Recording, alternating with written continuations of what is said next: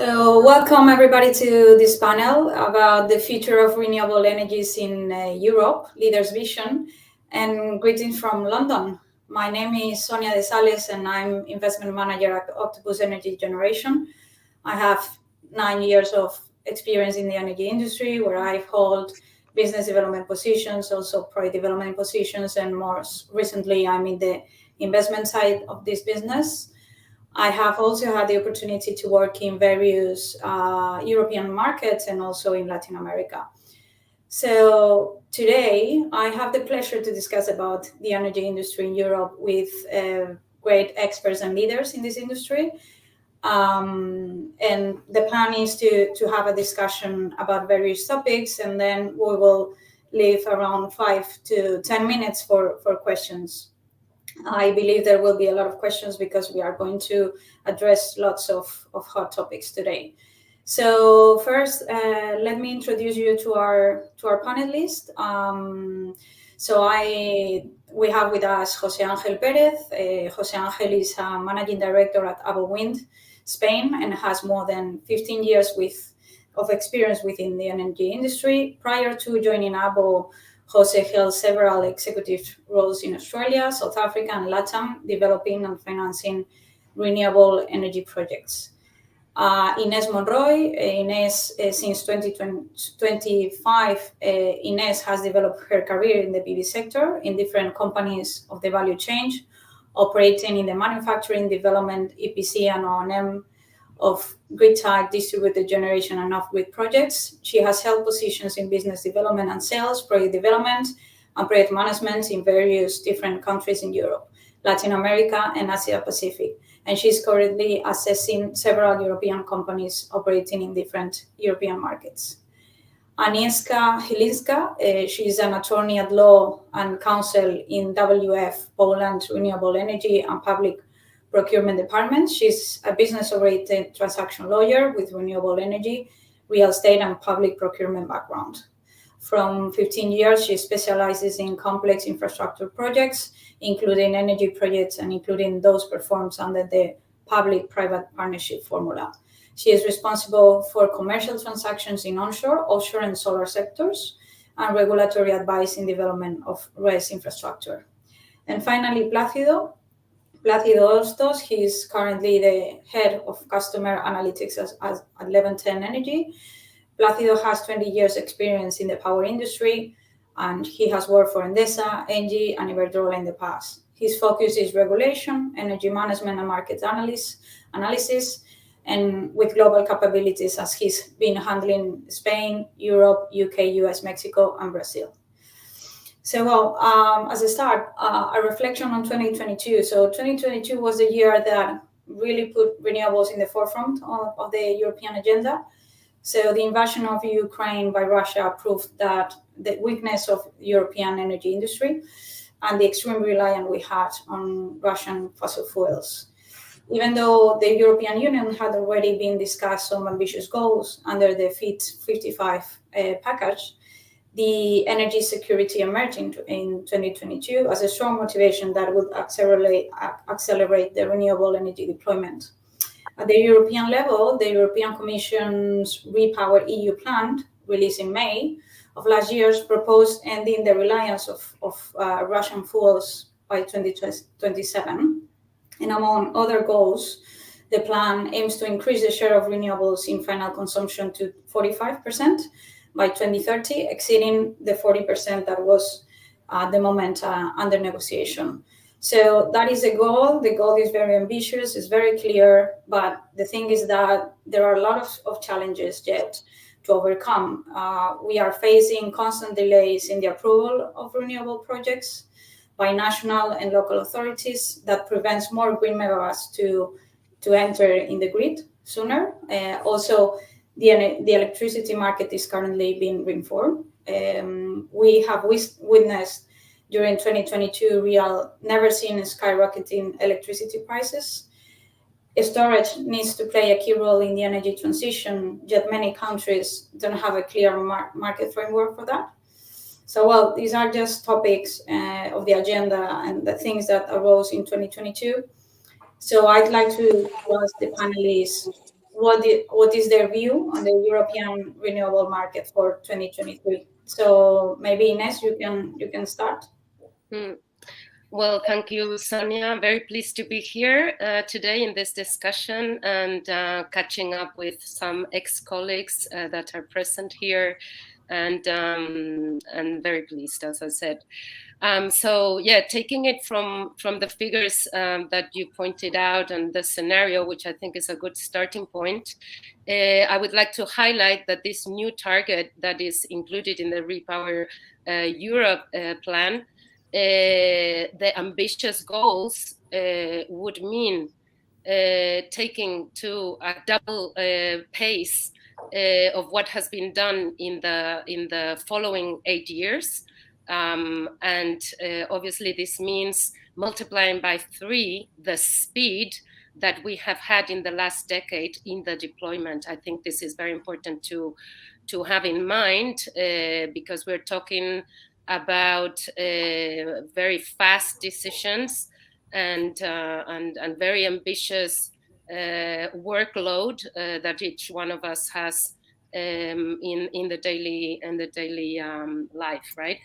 I would like to have a look at the figures of what has been installed in the last year, so 2022, to have a feeling of what are the main markets which actually are aligned with the representatives in this panel. So it might not be a coincidence.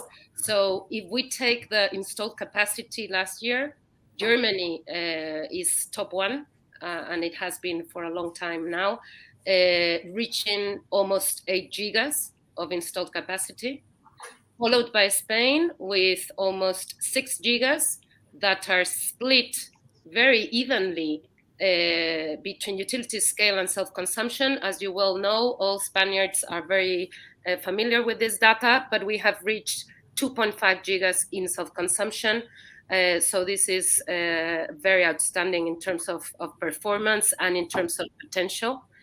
And then in the third place, we have Poland with almost 5 gigas of installed capacity. What is interesting is that Portugal and Sweden are new entries in the top 10 of markets in terms of size. And this has meant that Hungary and Austria have left the top 10 list. Obviously, we have Italy and Portugal as well, Greece, and then 2 Northern European countries, which are Denmark and Sweden. Total figure, accumulated figure, we have an increase of 25% reached last year, considering Europe as a whole. This means that installed capacity in Europe is currently 209 gigas. And I must clarify that all this data has been taken from the solar industry, okay? So I have gathered the information from the Solar Power latest report analyzing Europe. Obviously, this conference also includes wind, but we will know that the efforts in the European Commission are being done mainly in PV. Luckily, we have José Ángel with experience in wind that can also bring us some inputs on that. But all these figures I wanted to clarify that are from solar. One interesting data that I have gone through is the solar power per capita.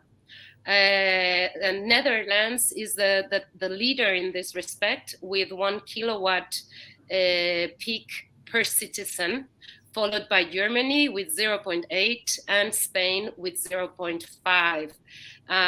This I find is an interesting data when we are considering the participation of the citizens more and more through facilitating the investments in self-consumption projects and so on.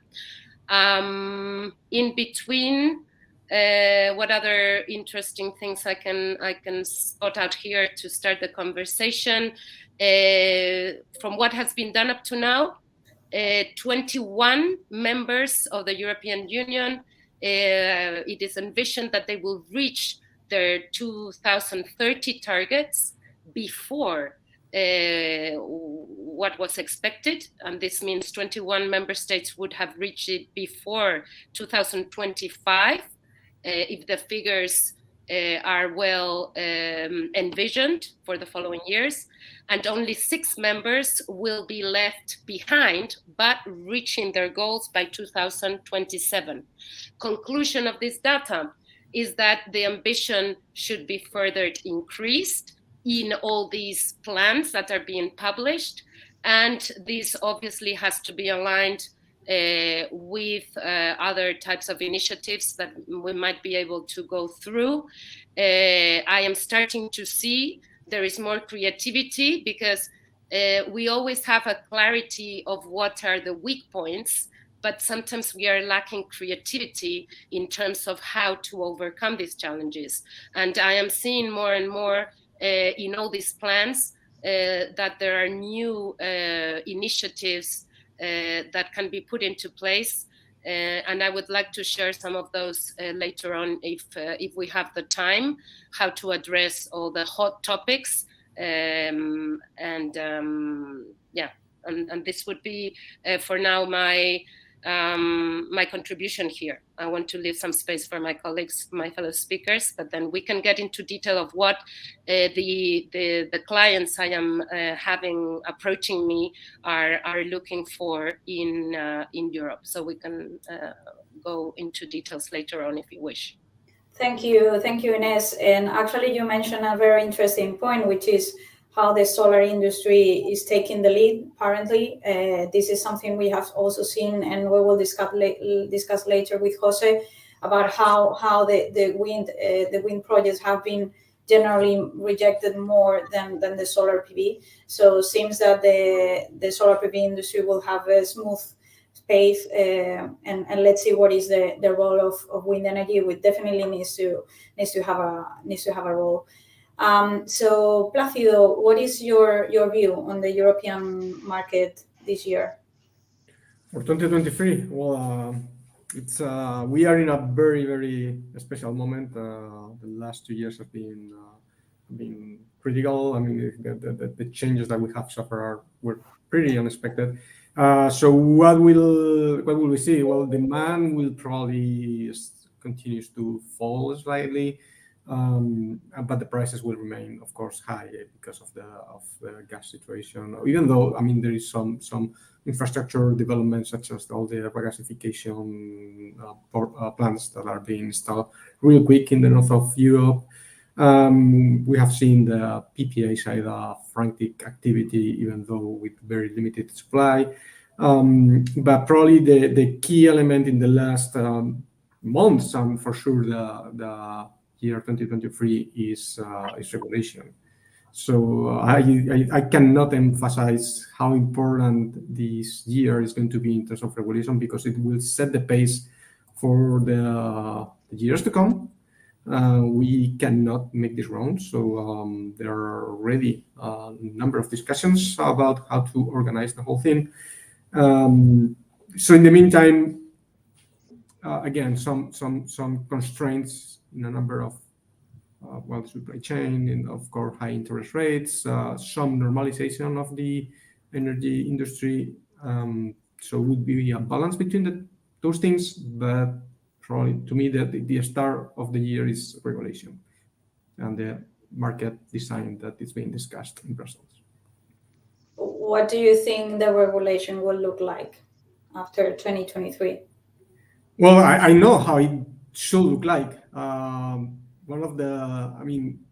It's clear that freedom of choice is probably one of the most important things that we still need to remain, because there's been proposals which more or less disguised are not that free, what they are suggesting, and then the short-term markets must remain marginal as they are.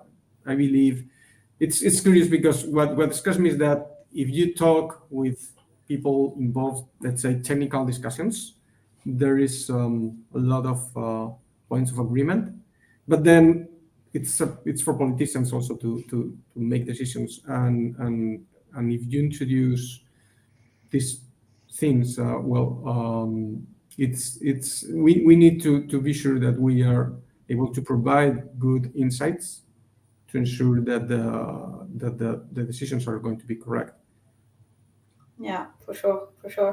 There is the key point, I think, for 2023 for the deployment of renewables, because we need to have a clear framework of deployment, the investment, at least from the investment side. We really need to know what will be the revenue stream, and for now is something so unclear that is very difficult to actually take decisions, right? And considering the energy transition is paid by the private sector, so at least there should be clarity on that. And it is true what you said about freedom, because this is actually the reform of the electricity market is called a market intervention sometimes. So that tells you that there's been less freedom in what you will see. Yeah, there's intervention. So I fully agree. And as the thing is, there's probably the focus of the discussion, in a way, curiously to me, the focus of the discussion is about how to pay back for investments, which is something really important, and we need to discuss that. But the origin of why are we discussing all this is how to pass through the average cost of the actual cost of the energy to consumers, and the discussion is not that much focused on how to pass it through to consumers rather than how to pay for investment. Again, also very important discussion, but I think we're missing part of the point here. So it's for sure it's complicated. I mean, the reason we have many people discussing about this is because it's really important, and the thing is, we'll see what comes in the end. I have seen a lot of proposals. A lot of them makes a lot of sense. Some of them not that much, and we will see. But again, that's the start of the year to me. Yeah, it is certainly difficult to find the balance, and that's very important to find it for both parts of the equation. Just that's for sure. So let's jump maybe now to some particularities on some markets, because we have here José Ángel, Inés, they are very working a lot on the Spanish market, and also we have Agnieszka, that is a specialist in Poland, in Polish market. So about Spain, let's start for Spain, for instance, because recently we had really impressive news, which is that in about 20 days the government approved like around 80% of the capacity that was pending to have permission. So only the government had reviewed 36 gigawatts, and out of which 28 were approved. This is because in Spain we had a royal decree that set some deadlines, and this was the first big deadline of this legislation, which is having the environmental impact assessment approved. So I said, it has been really interesting that mostly all the files have been approved in around 20 days, when actually some of the projects had been waiting for years for this approval, and suddenly in some days the government managed to approve everything. So I'd like to know, José Ángel, from your point of view and your activities in markets as Spain as a developer, how do you see this, and how this affect your business? Okay, thank you, Sonia. I like to thank first Future Energy for having us, and coming into the topic. Well, it's been quite amazing that this sudden release of environmental impact assessment, although we must also take into account some environmental that were released year before or 2 years before. So jointly with this 35 gigawatts recently released, we need to add what is already approved, and we need to add or it's been approved by the autonomous regions. So we may have between 80 or 100 gigawatts of projects with a positive environmental impact assessment. Now we have the next challenge, that is reaching the next milestone, which is in 3 months, this preliminary authorization, and then in 6 months, the final construction approval. So let's see how many of these gigawatts are able to reach that final stage, because something that we need to take into account that despite having environmental impact assessment, a positive response, depending on the conditions that you are imposed, that project maybe is not feasible. So now we need to see, out of those that were approved, how many reach the next stage, and if the administration is going to be able to manage such a large workload. So as a critic, and this happens in many conversations in the industry, that somehow we need to find a balance with these milestones and what you need to reach by a certain date. Obviously, we all realize that it's not the best way to manage this. Suddenly, we are 100% sure that all the legal steps has been taken, but one of the concerns is if some of these approvals or not approval or rejection has been done not having looked the projects properly. So that's one of the concerns. But coming into this scenario in Spain, now we need to short the next milestone, but probably the elephant in the room is, are we going to be able to build 20, 30, 40, or 50 gigawatts of projects within the next 2 years? It's the supply chain in Spain ready to support these projects? Because so far, if we look at the figures in the past, we built 3-4 gigawatts in the peak of PV, plus 2-3 of wind. We're talking now maybe having to build 20-25 per year. So if there's no change in the final milestone, which would be equivalent to the COD, similar, by June 2025, that means that in less than 2 years and a half, we'll need to build a massive amount of gigawatts. Maybe it's a question in the future for Plácido from a PPA perspective, how to manage this amount of energy into the grid. But not sure. I think this somehow is the elephant in the room. Are going to be able, as a country, as an industry, to build all these megawatts? Obviously, we all think that our project will be the one reaching the final stage. But along this race, many of the projects, I think, maybe physically will fall. Meaning that there's either no funds or no equipment or no. At certain point, they'll find a constraint. So I think that the Spanish market is very attractive. It's calling all the investors for the last 5 years, and I think that we still have a very long walk to deploy all the renewables that we need. But maybe in the next 2-3 years, we need to sort out this positive problem, because the problem of building is positive. It's far better than in the past, where the problem was we weren't building enough. Yeah, certainly is a good problem, right? And so, do you think there are any regulatory changes that the market needs to meet the targets? Well, in Spain, we are used to have changes every month. So probably most of the developers try to avoid many more changes. One of the traditional complaints is that we have too many regulations, many different regulations from region to region, and the speed of the process is extremely slow.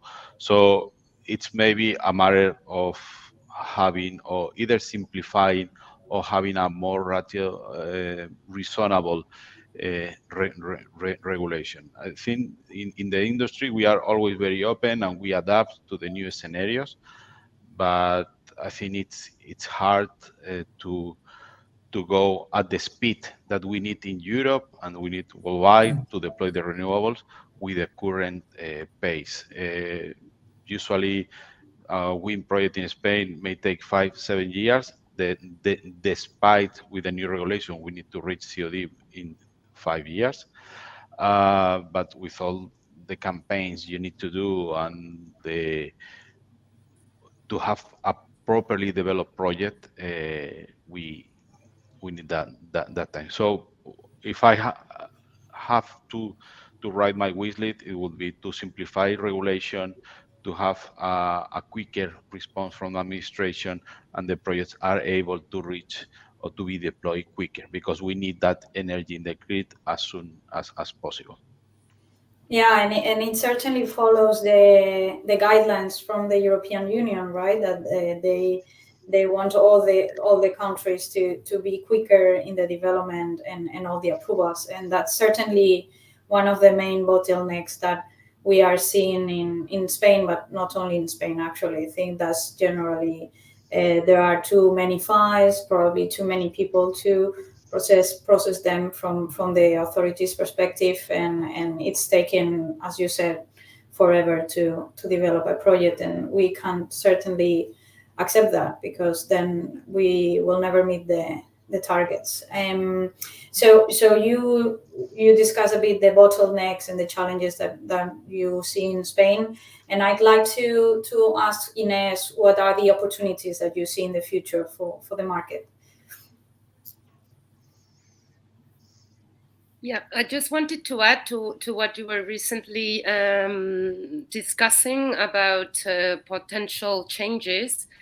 I think that harmonizing the criteria to deliver the permits, licenses, and so on could be in benefit of the deployment of PV in Europe. Because we are finding that there's a lot of players, and this is aligned with my current experience. A lot of players are present in various different markets, or are just gathering experience in their own market, finding a slower pace in the development of their projects and wanting to enter other markets in order to diversify, so time-wise, their revenue. And so finding different rules and different ways of doing things in each different country and region just makes it really hard. And if we include the language barrier, and if we include the setting up of your structure, finding the correct human resources, finding the stakeholders that would provide you with the equipment, and so on, it just makes it really exhausting. And you might be able to, in your business model, include other countries, but you need harmonization of criteria.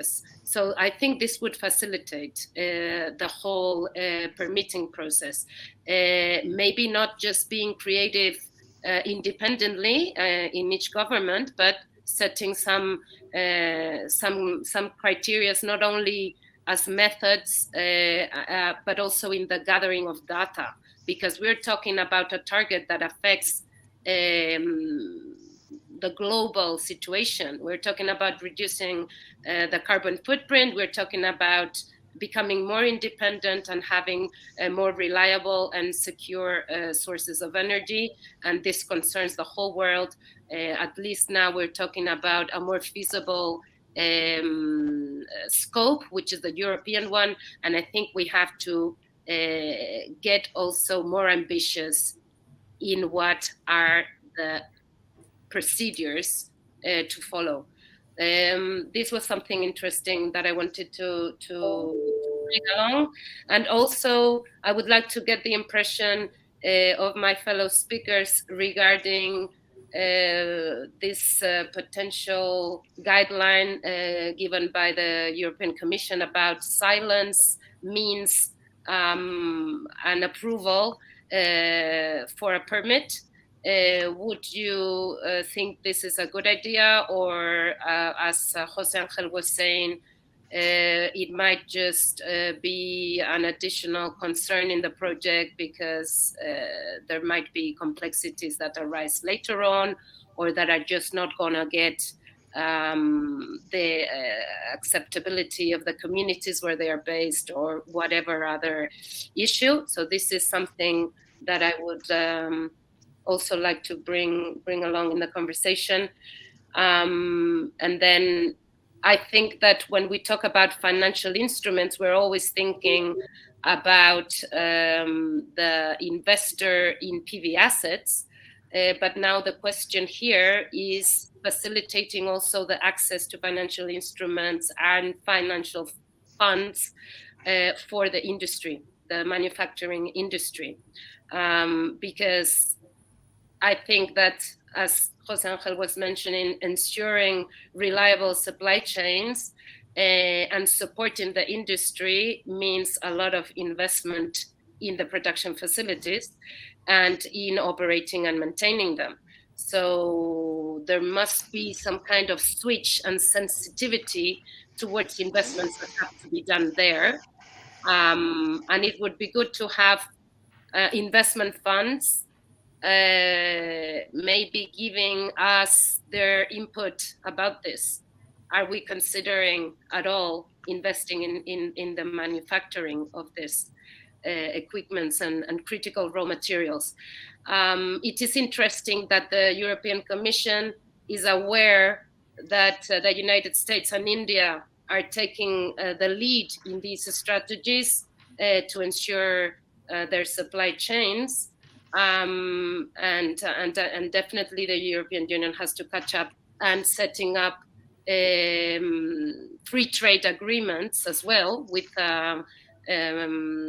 trading partners would definitely also diversify our dependency of Asia, which is currently the situation.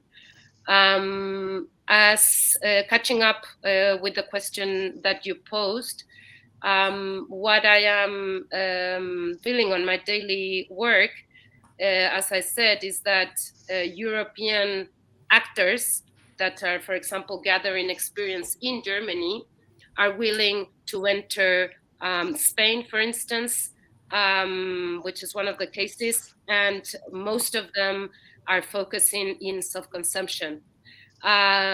This is clearly because they cannot afford the 5-year average that it takes for the permit granting in large-scale solar, and definitely because there is an idea that it will become mandatory for new buildings.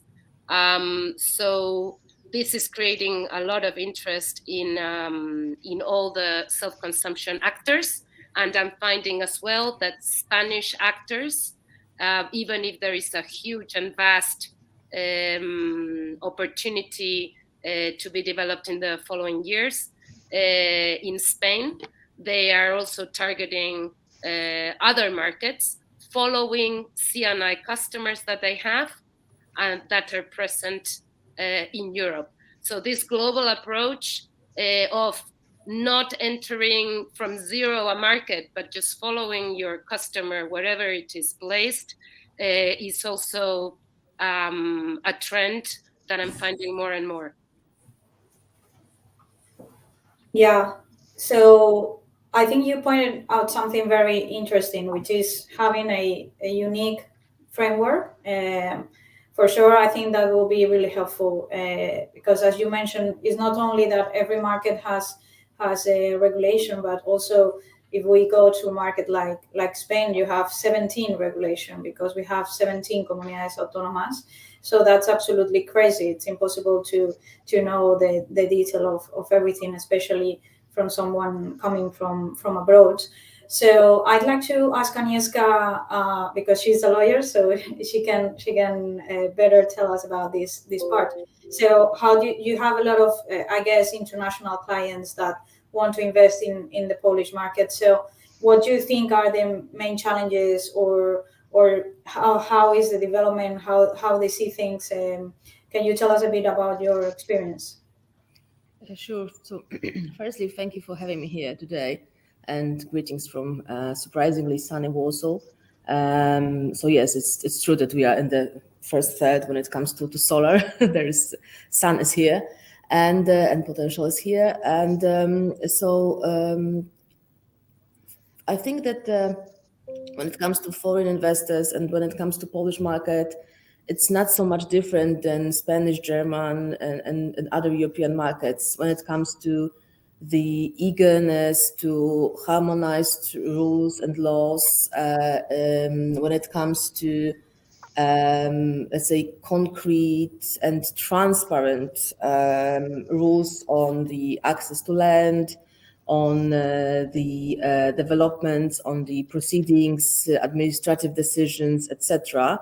So even though in Poland, similarly as in Spain, there are loads and loads of acts, regulations, policies, constitutions, etc., you name it, when it comes to develop of onshore, offshore, and solar. Still, the market, the investors, our clients, eagerly awaits changes in a few aspects. So the first, let's say, challenge is still the grid connection points, because there are too few of those grid connection points here in Poland. So even though the Poland outdo the expectations when it comes to investments, every investor starting the development process is not 100% sure whether they will obtain the grid connection conditions or not. So one of the answers to such challenge is the introduction of a, let's say, proper environment, legal environment for dialect lines. Yes, the lines between the producers and clients and consumers. So it's happening, and I think the 2023 will be very interesting year for Polish legislative work and legislatory environment, because yes, indeed, the proper introduction implementation of Directive 29/944 of European Union on which the goal is to introduce the direct lines. It's to enable the investors to construct such direct lines, and the aim is to facilitate the process of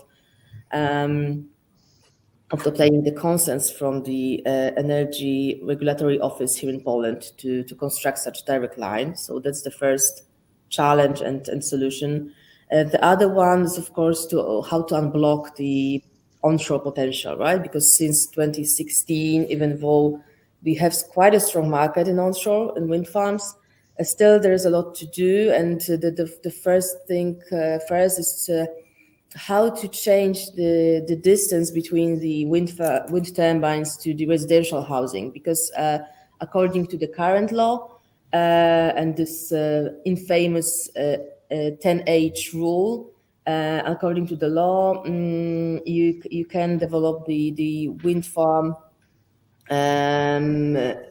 with having into the mind that the distance between the wind turbine to the nearest residential building should be 10 times the height of a wind turbine, which means that the law is the most severe in Poland because it allows to develop the wind farm in a proximity of 2 kilometers from the residential housing.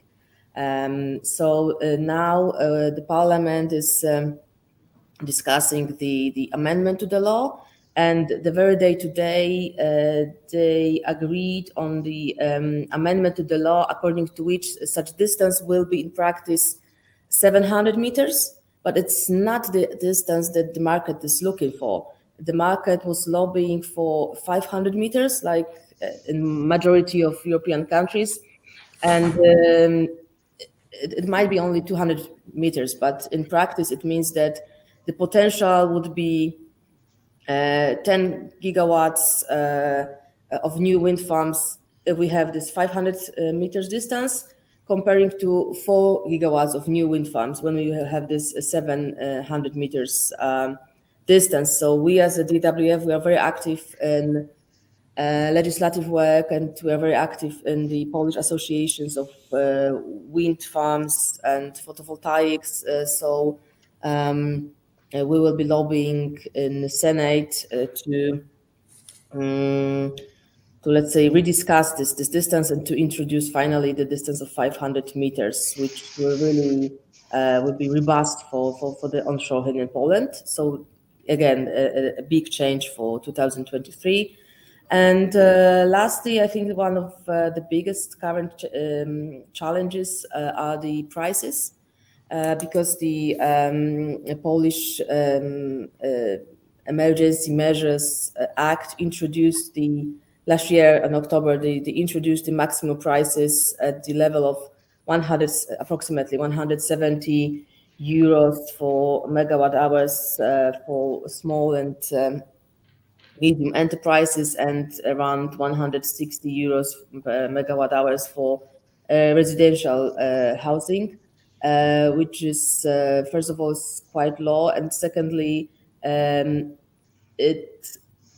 it caused a little bit chaos when it comes to PPAs and corporate PPAs. So what's going on in the market in 2023, I think, would be a switch from let's say physical PPAs into the is the switch from the corporate PPAs into the physical PPAs. But to be honest, it's quite hard to predict how the market of PPAs will look like in Poland due to those maximum prices. Maybe Plácido can enlighten us on that. Exactly. Yeah. You're thinking, yes. Sorry, can you repeat the question? So Agnieszka was mentioning about the prices cap in Poland and how the market will look like from the revenues perspective. I was telling that maybe you could help us with that situation. Well, pretty general. I mean, she probably knows more about the exact way of the police. They have chosen a different cap for solar, wind, etc. But what I would like to highlight regarding that topic is that pretty much no one discussed setting a European price cap, because we all understood the reason and the situation and all that. What we have ended up having is a myriad of different caps, depending on the country, depending on the technology, depending on the year of installation. So the thing is, the regulation itself got crazy because of that. And so we spent the last 20 years since the market started to develop in Europe, 25 years, trying to expand the footprint and align the different regulations. And when the crisis come, we started to just explode the whole thing, and each country or each region or each technology going its own way, and that's been crazy. And so yeah, that's what I can tell you. I mean, of course, we have seen probably the minimum price that we have seen is in Spain and Portugal is 67 euros per megawatt hour, and some others are leading the 180 euros per megawatt hour B. But again, for me, the most important discussion on that is do we want to go as a block, or do we not want to do it? So that's what I can tell you on for example, on the PPA market, is that, of course, we have seen a lot of developers, and for example, I can probably mention more. A lot of developers, when they see all this regulatory noise, they of course kind of stop for a minute and say, okay, what is going on? How is this going to evolve? And so a lot of projects have been paused in a way, or the prices have been showing this increased regulatory risk. So in a way, as I was saying, all this regulatory noise that I was talking about has made more bad than good in terms of renewables deployment. We were mentioning at the beginning of the session about the electricity market reform. So I'd like to ask you whether you think there will be an impact on the PPA market, or what is your view on that? Well, For sure, in terms of uncertainty, as I was saying, just having this kind of discussions, it already passes a lot of projects and activity till the whole thing is clear. So in a way, the sooner the better. But then, of course, it depends a lot on what is fully or it's finally approved. I mean, there are different ways of boosting the industry as a whole, PPA markets in particular, and we'll see. I mean, I don't want to get into too much detail unless all of us want to get involved in this discussion, which I'm happy to do it. But the thing is, we all know that permitting is a huge bottleneck. So improve that. We all know that PPAs right now is mainly for corporates, but there's been in the last year, for example, a lot of work by the European Investment Bank, and a lot of people is trying to expand the amount of demand that could be able to access PPAs, which is just another way of contracting energy in the future. So the whole industry agrees that we need to reinforce forwards, that the national auctions are there to help also improve the whole thing. But PPAs have different advantages. Particularly, they are tailor-made. It's a private agreement that, by definition, fits in your desire of business, and it's been skyrocketing since the last 3-4 years. So the thing is, there is an appetite for demand, and also I have to say that in the past it was seen pretty much just like guarantees of origin or green certificates, whatever you want to call it. If you want to reach your green objectives as a corporate, you were looking for a PPA, but because of the energy crunch and the prices that we've seen in 2022 and 2021, corporates have realized that it's way more than that. It's a way of getting certainty with your cost, energy cost. It's typically very competitive, and also has a green certificate. So it has pretty much all a big corporation need or a big retailer needs. So that's why it has exploded the way it has gone. And so that would be kind of the highlights. I'm happy to. Oh, yeah, thank you so much. We are running out of time, but yeah, go ahead. Yes. I hope we are allowed to run a bit out of time. Can I? Yeah, maybe Yeah, 1 minute. Can I bring just a new ingredient here? And maybe it's just a rhetoric question or a question with no answer. I certainly follow all the benefits of power purchase agreements, but I am foreseeing that more and more the approach to energy is more on a social level.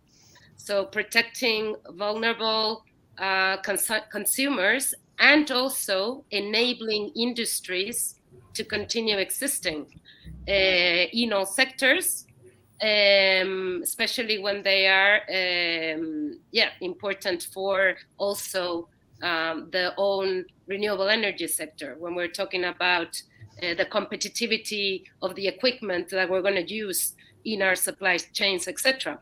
So my question or my reflection here would be, what do you think and how is this going to be handled? There's more and more sensitivity to lowering the prices through auctions with the governments and through schemes that assure that the price will lower for all, and how this will affect the PPA segment.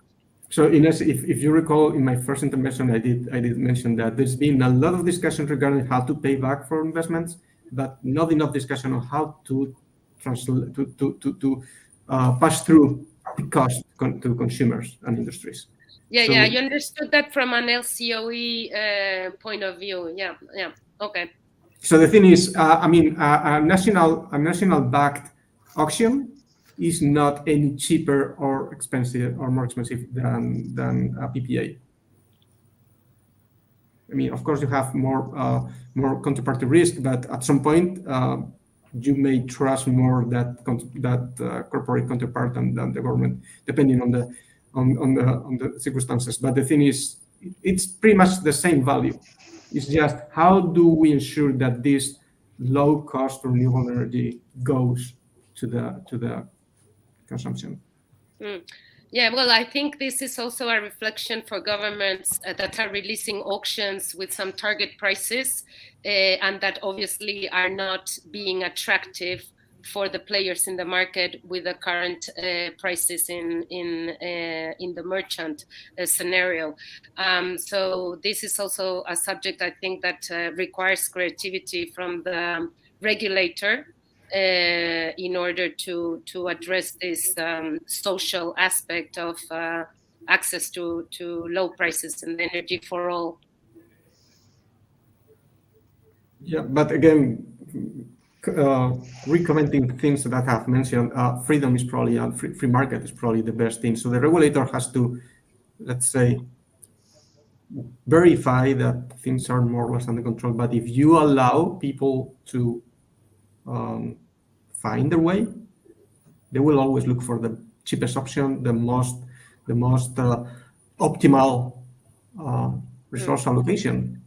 So, no, my point here is how strategic is energy and electricity for Europe, because if it's something to protect, if it's something that is really at the core, then maybe there should be some reflection to be done here with the auctions. But it all depends on how important it is for us right now. I think it's top one, but yeah. So, well, sorry to interrupt you. We are running out of time, but really exciting conversation. A lot of things we discussed, challenges, current situation of the market, potential problems that we'll have, also opportunities. So, well, on my side, I hope in 2023 the renewable industry keeps being right. So hopefully we will continue growing and installing more and more capacity to meet the targets. So thank you very much, everybody. Thank you very much, the speakers, for this very interesting conversation. Now we will be jumping to another panel, which is called Solar Sector in Europe, Trends of the Growing Market. Thank you very much. Thanks. Thank you very much. Thank you.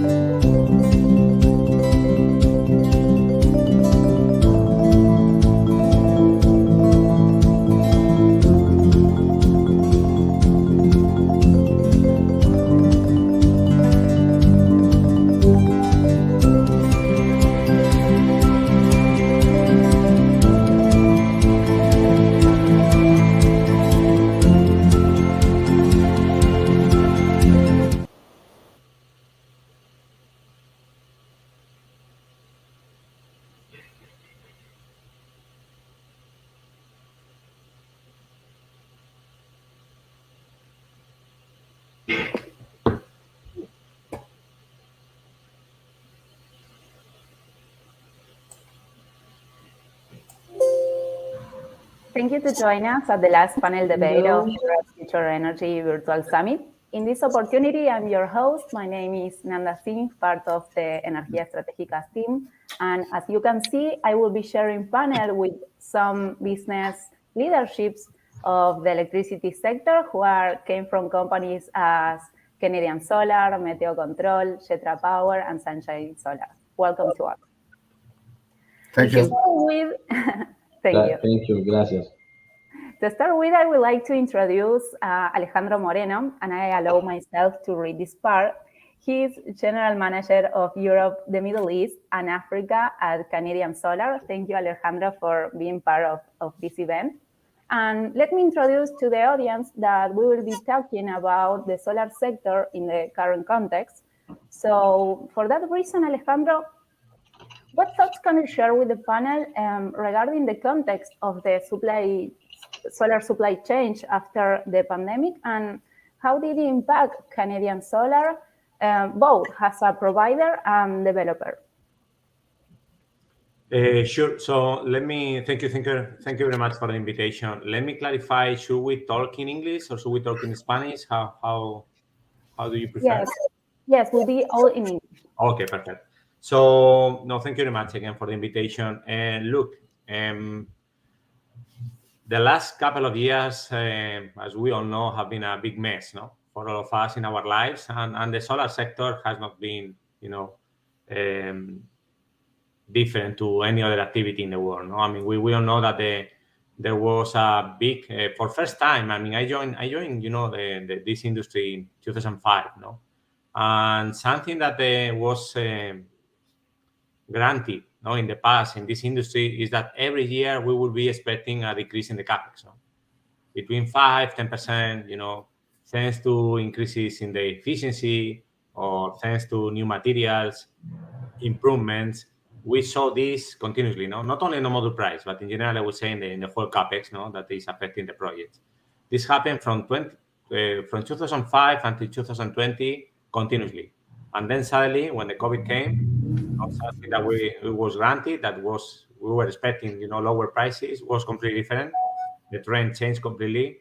We all suffered inflation. We all suffered all the issues with the logistics, the big increase. Suddenly the containers went up from $1,000-$2,000 the container to $15,000 the container. Increases in all the raw material that we need for manufacturing, all the equipment that we need in a solar plant. So that really changed a little bit the trend. I can say that we were lucky in Europe for bad reasons, but we were lucky. We were lucky mainly because of all the conflict in Ukraine, all the situation with the war in Ukraine and Russia. As we all know, the energy prices went up dramatically, in a way that nobody was even expecting.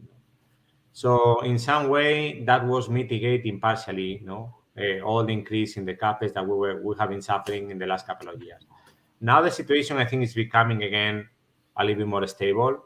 A big portion of what happened in increasing the capex was coming because of the polysilicon constraint. Now there is apparently more than enough polysilicon in the market.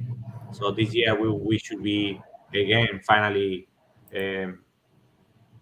seeing in the market prices aligned to what we were expecting in 2020. So we are coming back again 3 years ago. We are forgetting like these 2 or 3 years with on this strange situation. And the trend is again the same. The trend is that in the next year we will be seeing again some kind of decrease in the capex, continuous decrease in the capex. And on the other side, some relatively or moderate increase in the energy prices in the industry. So I would say that in general, the industry in Europe or the PP projects in Europe, they navigate in a relatively smooth way, all the turbulence that we face on the logistic, on the supply material chain, thanks to this combination of increases in energy prices with increases capex. Thank you, Alejandro. How did that affect Canadian solar? You are right now established, or you need to resolve some troubles? No, look, I mean, we have been always active in the same way. I mean, we haven't really, in my case, our division is more focused on the development and execution, the operation of solar projects everywhere. So we have been active. We didn't really discontinue our activity just because of this turbulence in the market. We continue executing all the projects that were planned, and nothing changed in our schedule. In the case of the manufacturing side, look, all the manufacturers always in the last, I would say 10 years, basically, they have been completely sold out. Independently on the conditions on the market, the PV industry is growing and growing and growing. And Europe is not an exception. I would say just the opposite. Europe, for example, is growing even more than the rest of the world right now. We can see now plenty of gigawatts market. in the past was only Germany, sometimes Spain or Italy, or even France or UK, but now we have plenty of markets that are going to be doing more than 1 gigawatt every year. No, so nothing changed in our side. I would say that in the past 2 years, most of the margin, most of the profit was going basically to the polysilicon manufacturers, and now we are a little bit more lucky, and this margin is going to be shared within all the value chain. So not only all the manufacturers, but also a little bit with the sponsors, with the EPC companies, and all the shareholders that are participating in this industry. Thank you, Alejandro. You were really clear in your answer. Let me now take a few seconds to remember all the audience that they can follow us on social media. You can find all the companies that are on the panel with me right now on LinkedIn and follow them to get in touch. Now, yes, continue with the panel. I welcome Fernando Ruiz Ogarrio, that is right next to me. He's sales manager Iberia at Meteocontrol. And I would like to ask you, Fernando, what trends do you identify for the digitalization of the electricity sector in Europe, and especially those that can be applied to photovoltaic solar systems? So thank you, Nanda, for the introduction and also for the invite to participate in this virtual summit. So about the question you asked me, I mean, digitalization is a mega trend. Yeah, we live in a digitalized world.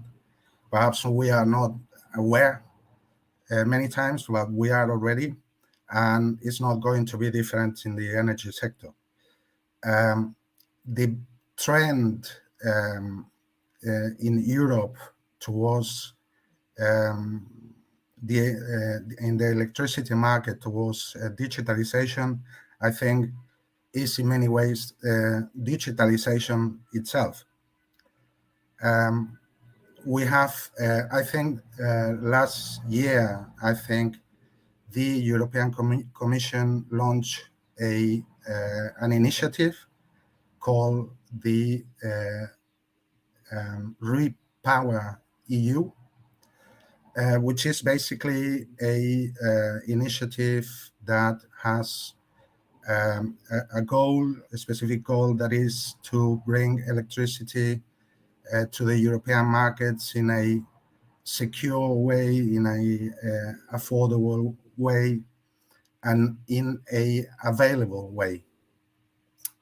So it's a initiative especially conceived for the incorporation of massive amounts of renewables to the grid. And I think digitalization enables, in a way, this incorporation of decentralized power plants to the grid is the thing that really enables it to work.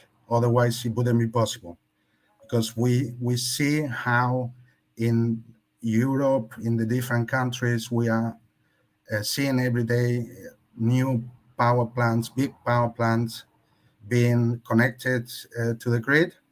This means a increasing amount of complexity, especially for the securing of the grid, of the transmission of this power. The grid operator has a certain flexibility to work with, but it really needs to manage this complexity and the amount of energy that is being fed into the grid needs a visibility, actually. And this means it's achieved through digital components, sending data, for example, to a central system, and the grid operator will be then monitoring this data.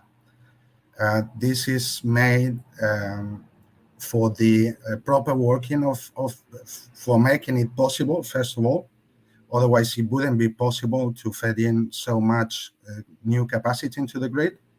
It gives certain flexibility to the grid operator and also information about the consumption, the production,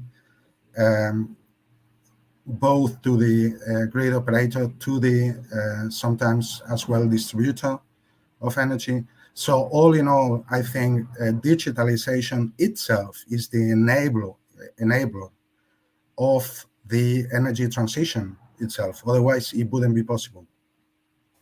For sure. And Fernando, sorry for adding you another question, but I think the audience will really appreciate it.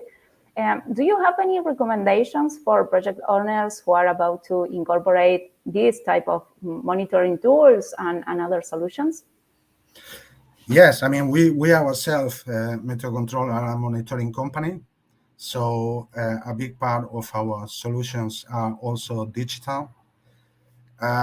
If I were to recommend for new plants, I mean, I would say, first of all, to have a monitoring platform to know what is happening in your plant asset. Yeah. And then to plan a bit for the future as well. I mean, you know that we are incorporated in the future nowadays. I mean, we are producing electricity that has to be consumed whenever it is produced, because we don't have yet storage in an industrial, in a very big capacity. So most of the electricity has to be consumed whenever it is produced. In the next years, obviously, we will see much more storage around. So we will see, for example, hybrid plants that have photovoltaics installed and that have batteries installed in them, etc. So if you are looking for a monitoring system, also think about the new developments so that you in the future you can also manage your portfolio of assets with new technology coming. Also important is to know, to have a look. I mean, there are many different solutions out there. Have a look, really define what the use that you want to give to the monitoring platform will be. We, for example, at Meteocontrol are very specialized in the managing of portfolios, asset portfolio. So our platform is conceived also for managing complexity, as we said, given the client flexibility. It's a very friendly use platform, but not everyone has the same requirements. So I would say have a look on your needs, and there are many solutions out there. For sure. Surely many professionals who are watching the event are taking notes of that. So thank you, Fernando, for that point of view. Now I want to give the floor to Ciro Sannino, key account manager at Getra Power, a company with more than 70 years in the market. You can correct me if I'm wrong, Ciro. Correct. No, correct. Perfect. And with that experience of the company in the market, I would like to ask you, how do you rate the moment that Europe is facing in terms of electricity, and how does it affect a company like Getra Power? Well, first of all, thank you for inviting us to this panel. It's an honor. I really appreciate it. Well, regarding our point of view, so in terms of electricity situation in European market, and to be focused on, of course, the major scope of supply of Getra, so the power transformer or shunt reactor. Well, what we see during the last 2022, and with your presentation at the initial of this year, that there are a lot of projects coming, and also we have several projects that we are performing during these months, and to be honest, what we faced during last year was the situation regarding the raw materials, that it's necessary, of course, to start the process, and in our case, to start, of course, the manufacturing of our equipment, the power transformer, because last year was very an unstable year from price point of view in terms of raw material like copper or magnetic steel. So we had a lot of problem to, first of all, try to maintain the price given during the tender stage, and then, of course, to receive that material in our factory. Also, because the European market is very demanding in terms of delivery date for the project. Now, actually, we are receiving a lot of requests that the major clients like utility or the BTPC contractor, they are asking a delivery terms in like 8 or 10 months from the order. So you have to manage the situation from the very beginning in terms of also to purchase the order for the raw material. What Getra did last year, according also to their experience, we tried to, let's say, increase our relation with our sub-supplier for the major raw material, because it's very essential in order to start the process and match the dates. Also, another thing that we, let's say, face is that the request of the typology of the equipment, it's a little bit changed from the according also to the a lot of renewal projects are coming in Europe. They are asking a different equipment. Like now we know that they are asking a more shunt reactor than in the past, or transformers for synchronous, that are different equipments from the standard time. And we noted that not only, of course, in Italy, but in all Central Europe, and of course even in Spain, where we are very present with a lot of projects coming with the company like Energy Power, for example, that they are putting a lot of investment in renewable projects. Perfect. We will continue with that answer in a few minutes. Now, as we are a panel on solar energy, I would like to add a question about solar energy specifically. Therefore, I would like to ask Ruiz Slimani, Europe Sales Manager at Znshine Solar. What are your most demanded module in the region? And welcome. Hello. Hi, thank you for having me during this event. Me, as part of Znshine Solar, we have a large range of solar products in our portfolio. We have the high certified models, of course, from poly, mono, single glass, double glass, bifacial. The main products now demanded by Znshine, especially in Europe, they're double glass and bifacial, the high efficiency powers, of course, using the 545, 560, 600, 660, using the high efficiency powers like the N-type top cone technology. We also have the thanks to our double glass, that advantages of the double glass, no micro cracks, PAG-free, larger warranty than the single glass. We provide 30 years warranty on double glass compared to the single glass modules. And it's most demanded basically in Scandinavian countries such as Sweden, Denmark, Finland, and also in East Europe and Baltic countries as well.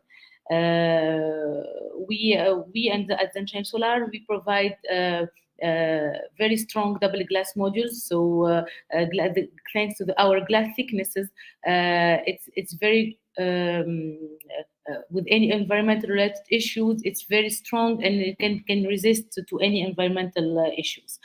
So we have about 30% of our production lines basically for these double glass modules, and we have done big projects last year using double glass modules and bifacial. Perfect, Rim. Thank you for answering that question. We will come back to speak about technology soon. Now I would like to continue with a new round of questions about market opportunities and the companies, of course, that you work for. And changing the initial order of panelists, I would like to ask Ciro about some specific news about Getra Power. I read that Getra Power has closed agreement with Enel Group that will guarantee the supply of transformers for 1 gigawatt, I think, for his renewable projects until the end of this year, if I'm not wrong. Can you tell us how the commitment is going and what new agreements have you reached for this year? Yeah, your information is correct. We have several contracts ongoing with Energy Power that's honestly coming from a tender process started in the middle of 2021.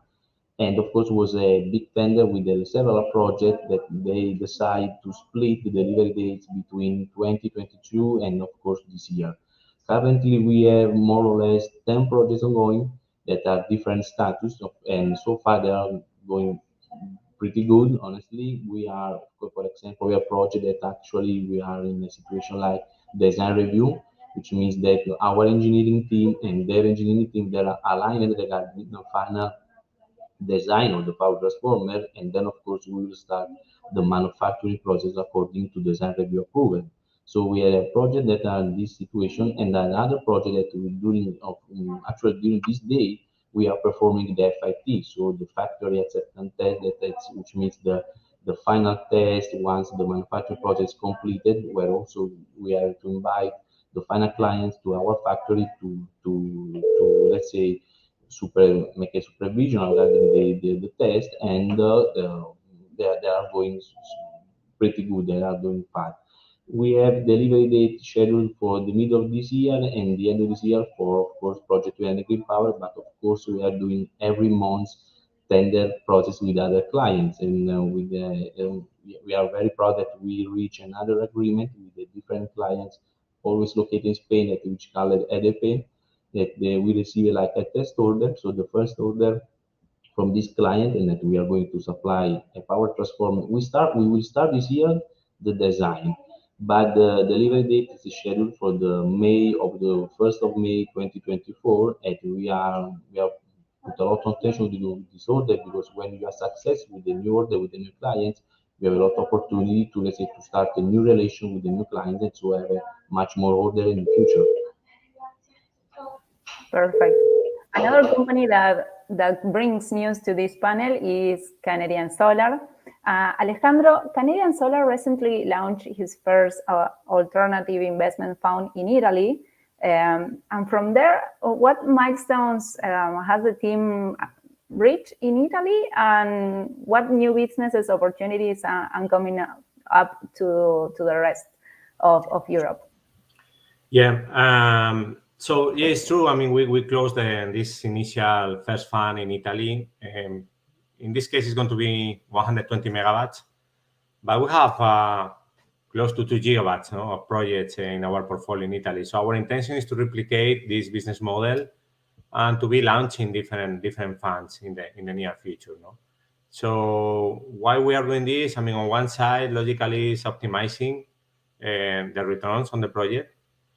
And it's also allowing us to keep ownership, in the long term in the projects. I mean, our intention, like many other companies in the industry, is to become an IPP at some point. And in order to become an IPP, you need to start retaining assets, in the long term, retaining ownership in the project. So in this initial case in Italy, we are going to be retaining 40% of the project. So that will allow us to really have recurrent revenues, in the future, and become the IPP that we would like to be. I want to be replicating exactly the same model in other countries. It depends on the country. It depends on the different options that we can find. In other countries, we are just basically planning to operate 100%, to own 100% of the projects that we are going to be building. Right now we are quite active, I would say in Spain, Italy, and UK. Those are our 3 main markets in Europe. But in terms of more opportunities, we are growing a lot now in France, in Netherlands, Germany, and Poland, and opening new markets, like Greece, Sweden, Romania, and some other markets in the Eastern Europe. So basically, our intention is to be everywhere, or everywhere where the framework, the legislation and the regulation is really helping, to be there. As I mentioned before, Europe right now is offering plenty of opportunities to anyone. The market is really big, and sometimes what is difficult is really to choose, which are the markets that we would like to prioritize, no? Because there are many and good opportunities almost everywhere, no? Right now in Europe, no? And another opportunities that we see, no, in the market in the short term, no, is going to be something completely necessary. No? It's storage, no. We have a very good track record already in storage in California, no, and I would say California and US is probably one of the first places where everybody was talking about the DAC curve, no, that is at the end how the renewable energies could really be doing this that we call cannibalization, no? I mean, how they will be really affecting to decrease the prices because all of them are operating at the same time and we don't have anything that is really regulating how to avoid that problem, no? So in California, because the situation was faced a little bit before than in other markets, right now it's a reality that any project should really have storage, no, collocated. No? In fact, there are projects that are only storage, standalone storage, no? And we are working on that. No? We have one of the biggest one of the largest in the world that is 1.4 gigawatt hour, no, in California. So I think the situation in Europe is going to be exactly the same. It's true that we are still waiting for some kind of clarity, no, from the regulators, from most of the countries. But the reality is that with all the implementation of renewable energies, not only solar, but also wind, no, that we are expecting in the next years in Europe, in all the countries in Europe, I think the next good opportunity, but good not only because financially speaking makes sense, but also because technically speaking is completely necessary. I think it's going to be mandatory, is to really invest a lot of time and effort on this kind of storage projects that, again, in many cases could be something collocated to the PV project, but in many others is going to be a standalone storage project, really working in different ways. No, there will be different sources of revenues, and this is what the governments really need to prioritize in the next months, I would say, because there is not too much time to really regulate this before we can really be facing a big issue in the market, no, in the energy market in Europe. No? Yeah, I understand. Continuing with digitalization, I want to ask Fernando, Meteocontrol received a new certification of one of their latest power plant controllers. And how are these controllers going to contribute to the stability of the power grid? And what advantages with solar plants located in Spain probably have from their implementations?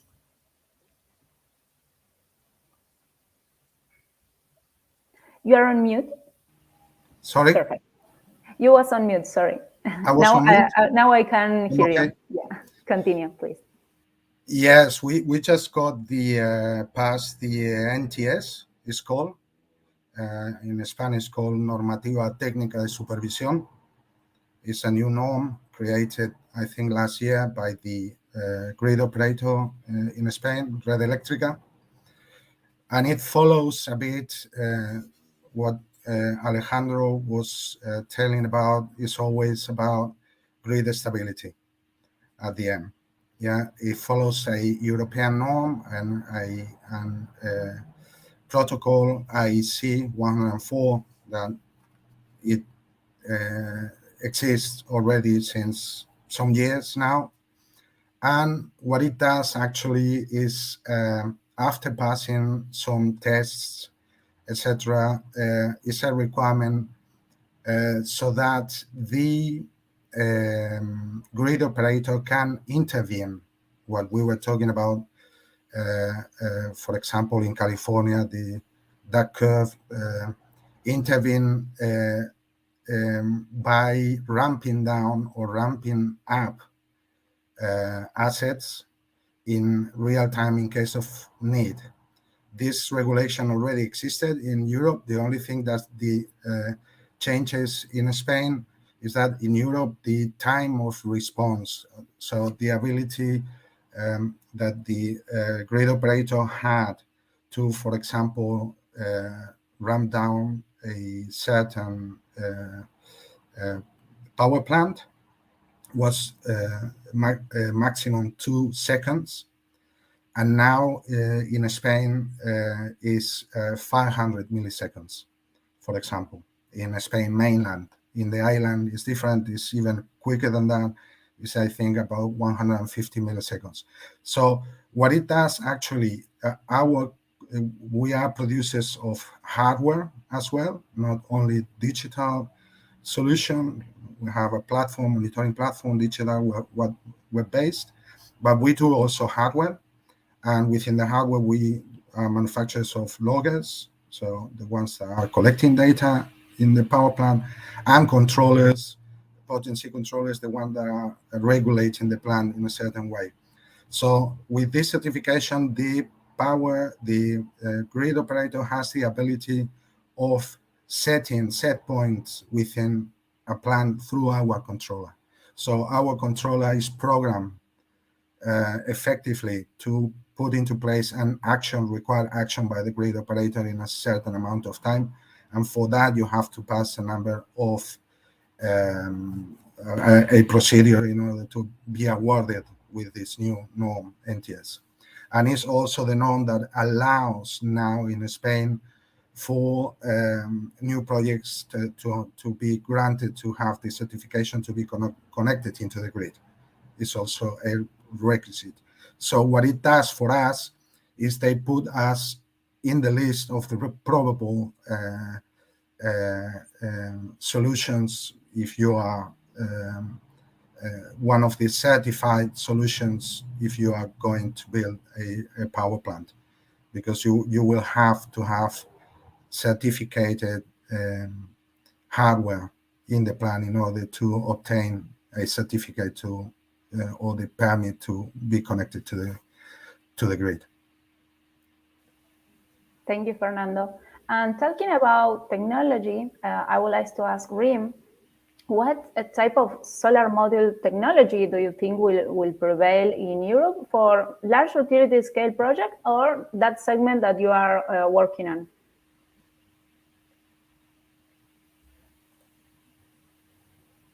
Again, the mic is on mute. It's on mute. Okay, you can hear me now. We can hear you. Great. So I think with the new solar tendency and for larger projects, solar projects in Europe, we are looking for high efficiency power. So now the technology that will be prevailing or most demanded in solar projects, I think, is top cone technology using the N-type cells. Compared to the P-type, the N-type cells have better resistance to high temperature, bring many advantages such as better performance in a condition, lower degradation rate, and it can go up to 25% in some solar projects, some powers compared to other technology, which in best case scenario can be 24%. So when you say top cone, it will become quickly our standards for utility projects for some facilities, and especially in mass production. For mass production for solar facilities, it can come with a lower cost. So I highly, from my side and from Znshine company, we are working now on top cone technology, and we have our own facilities, new lines to have only the top cone technology for larger projects, and we start already to deliver it for some projects. I think the only disadvantage for the top cone now, for the N-type cells, that the production, the steps, the additional process steps is a little bit higher on the prices than the normal cells. But as the solar tendency, as we know during all those years, it's the cost for the solar is less than any other technology. So I think that in a long term, top cone will be, and the cost will be very good, and it will be the best solution for larger projects. Thank you for your answers, Rim. We are close to the end of this event, so I will hurry to ask you, all of you, about market challenges, as we spoke about integration of renewables, variability, flexibility. So starting with Alejandro, what legal framework are you expecting to be established this year to provide the European system with more flexibility? Look, it's a good question. The European Union already mentioned and already approved a very clear package or two different regulations. One of them is really to try to expedite the process of the permitting in all the European Union countries. No? But how that is really translated into reality, we don't know, or we don't know yet.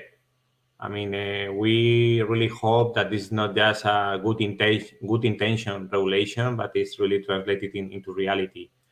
Bureaucracy is a big issue everywhere. It's right now the bottleneck to really implement more gigawatts every year in Europe. No, I would say it's the bottleneck probably everywhere in the world. No, but I mean, talking specifically about Europe, especially in the south of Europe. Is really a problem, no? So when we saw in all these kind of market reports, no, the numbers that everybody's expecting in Europe, I'm a little bit skeptical. I'm a little bit skeptical because of exactly because of that, because of the permitting, no. I mean, the intentions are there, the investment is there, the sponsors are there, the project finance is going to be available, the PPAs are going to be available, the suppliers are more than available, everybody's available and really willing to make this grow, but then bureaucracy is bureaucracy everywhere, no? And they continue with their timing, and they are not really receiving the same pressure, no, that all the other parties that are involved in this market, no. So again, let's see exactly how this regulation is transforming something more than a wish list, and is really something that the governments are implementing seriously. No, we have also issues in all the countries. This is not unique in Spain or Italy, but we have also issues between central governments and local governments. So there should be, and then a lot of agencies, environmental agencies. So there should be a very clear communication to really try to be solving this problem. No. Other issue, and this is more related not to Europe but to the European Union countries, is the interconnection, no, of the grids between all the countries. No, look, we have been talking a lot about this, and this has been solved in many other industries, but not in our industry, in the energy. Well, how is possible that whenever we have countries that are really, really, really active in solar, and countries that are really, really active in wind, and other countries that are active in nuclear, or I mean, all the technologies really can survive together, you know, and can live together.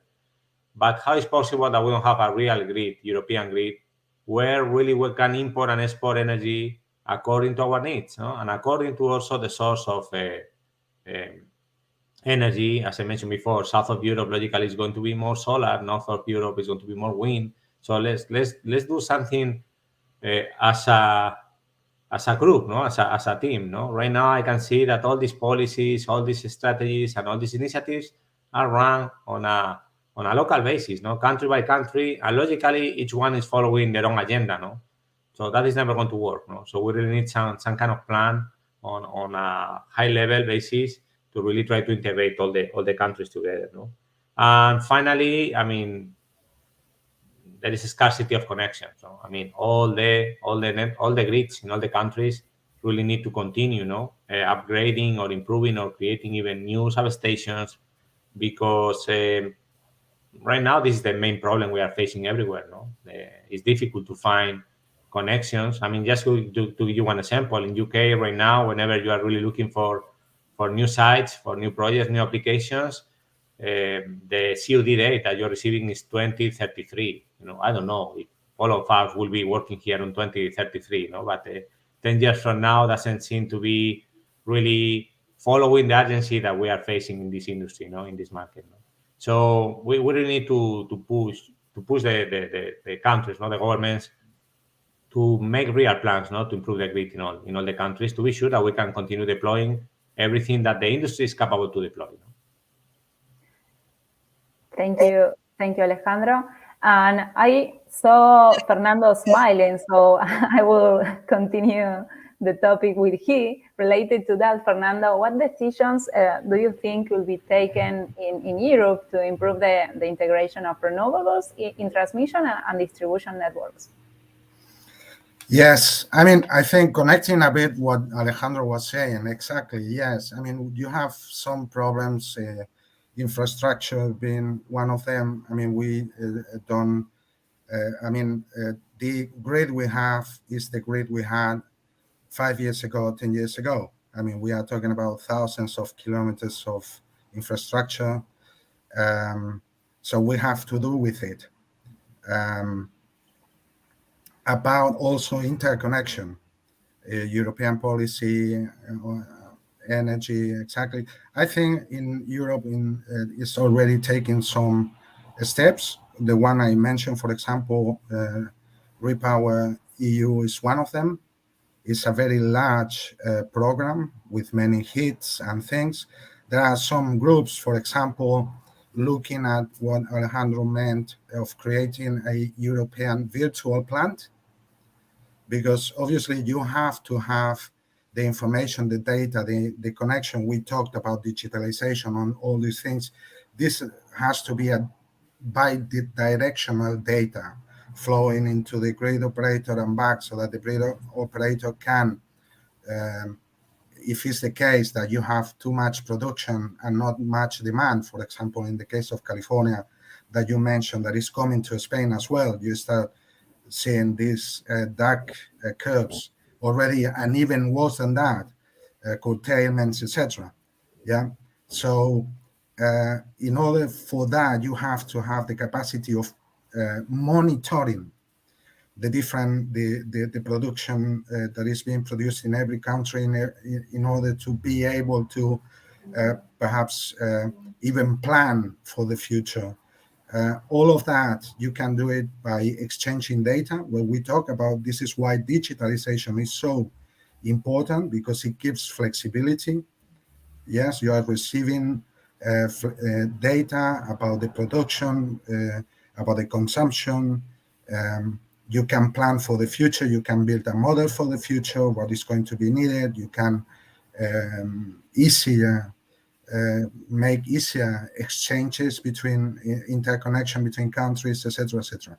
So I think there are a number. There is, for example, a group called the Smart Meter Group in Europe, like already looking at not only utility scale plants, but also in the households, that every household is equipped with a digital meter that is sending information about its consumption, when, at what time, etc., in order to give flexibility and in order to find new capacity within the grid. Because obviously the rest is having to build a new complete infrastructure to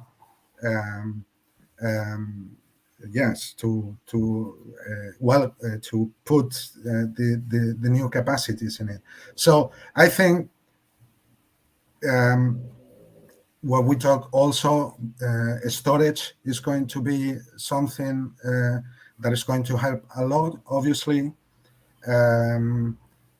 These are the things I would say. Digitalization is a very big, important part. Energy management system in general, when we are talking about also consumption and improving things that are more efficient. For example, when we are talking everything that is smart, smart cities, smart buildings, smart cars, everything that is smart is gone. We are talking about digitalization at the end. We are talking about all these things that we hear every day, big data and machine learning and AI. All these things are related to digitalization at the end, because we tend to forget that software at the end. We talk about the improvements in, for example, in the performance of modules or performance of wind industry, but we forget that many times all of that is possible. It's only possible because of software at the end. So I think steps have been taken in that direction. Perhaps we are not there yet, but there is a big effort. I mean, you see with we were talking about this new norm NTS to assure the stability of the grid, for example, in Spain, because of the new capacity that is getting in. Otherwise, you cannot ensure the stability in terms of damaging the grid. Yeah. So I think we are already in that direction. It's taking time, because I think we are moving even faster than the renewables. The energy transition is moving even faster than what anyone had anticipated. Of course. Part of this new infrastructure that we need, sorry if I pronounce wrong, are transformer technology. And he is Ciro. And I want to ask you how much transformer technology evolved to respond to the variability of some of renewable energy, such photovoltaic, and what challenges remain to be solved in this short term?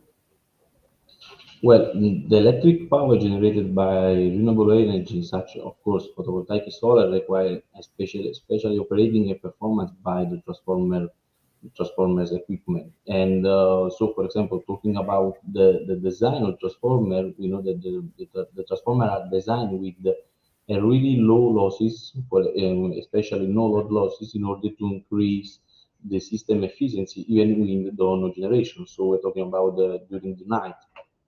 And so there are many situations that we are managing when we are studying project related to the photovoltaic solar plant. And for example, where you can find a site where you have a high corrosive environment, so you have to take care and regarding the protection of all external part of the power transformer in order to, let's say, protect the external part. Looking at the future regarding the situation that it must be solved, we have to be honest that the most of transformers that are installed in the solar plant are using, let's say, are mineral oil, which so is not so environmental friendly. So the idea and the proposal that we wanna, let's say, try to pursue in the next future, of course they are already using, but we wanna try to do more, is to use power transformer with natural oil, which is of course fully biodegradable, and of course they can help better the environmental. So this is, let's say, the target we are trying to pursue in during these days. And another point that we have also to take care is regarding the complexity of the electrical grid that is growing so fast, according, of course, to all these renewable projects. And in order to taking care about the grid and maintain the network and also guarantee the stable of the grid, it's very important that the manufacturing producer, the EPC contractor, the utility must be worked very close in order to have a design alignment also during the project, which will guarantee the stable of the grid. It is also very important, that it's another situation that we are trying to manage very close with the other partners during the execution of the project. With, of course, the power transformer, it's a part of the project, but it's not the only equipment that must be installed in the plant. Of course. So thinking about the future of the energy sector, I have one last question for Rim before to go. And Rim, what innovations do you think this industry should work on to maximize performance of solar energy system in Europe? Thank you.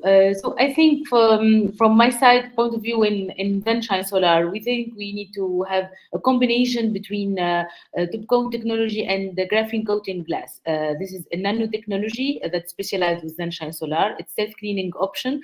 It's nanotechnology inside the glass that can maximize the performance of the modules with 2% more generation than standard glass. We expect lower maintenance cost fees for the developers. It's the thinest, lightest, more flexible technology. tests have shown that self-cleaning have great benefits on the solar modules. So the efficiency of the end cells, accordingly with the graphene technology, it can lead us to higher powers and better performance for the modules. Accordingly, as well with the other technology, which is the HGT technology, which we need to work on it for the next years to come. So the highest performance of the modules is the most technology that we need to work on it, as I confirmed before. So the combination between the top cone and the graphene can be great. We expect big high power such as 700 watt and plus now for the large projects. So let's hope that we can. We expect that we'll have this technology and for the upcoming period. Perfect, thank you, Rim. So we go to the end of this discussion panel. Alejandro, Fernando, Ciro, and Rim, it's been a pleasure to be with you today. Thank you a lot. And thanks to all the audience who were there until the end. And before you leave, to the audience, remember to follow Future Energy Summit on social media, and remember to like this video. If some of you have one last phrase that want to share as a conclusion, you are free to say it. If no, we are saying goodbye to all the audience. A quick comment on my side, if you don't mind. I mean, I would say, I read the message in the chat, and look, I agree. They say, no, Alejandro is quite optimistic. I mean, in general, yes. I think that if we are in this industry, we need to be optimistic, because the reality is that everything that is happening is not similar to what we were expecting just 10 or 15 years ago. No? So, I mean, the industry is really showing that we have very good reasons to be optimistic. There are a lot of challenges. I agree with one of the comments that, we need to be sure that the lenders, the project finance is going to be there. And we need to be sure that we are going to have enough people to really build everything that we are expecting. But this is probably something that it's going to be could be an issue, in Spain, but not in other markets. And in general, I was talking more about Europe, as a whole. But again, the message from my side is that yes, I think we need to be optimistic, because the reality is showing that we are always achieving what we are trying to achieve, as an industry. Of course. Anyone else that want to share their own point of view? Okay, no further questions. So thank you to all, and see you soon, probably in a new event of Future Energy Summit. So keep in touch on social media, and that's all for today. See you soon. Thank you. Bye. Thank you. Bye-bye. Thank you. Bye-bye. Have a good day.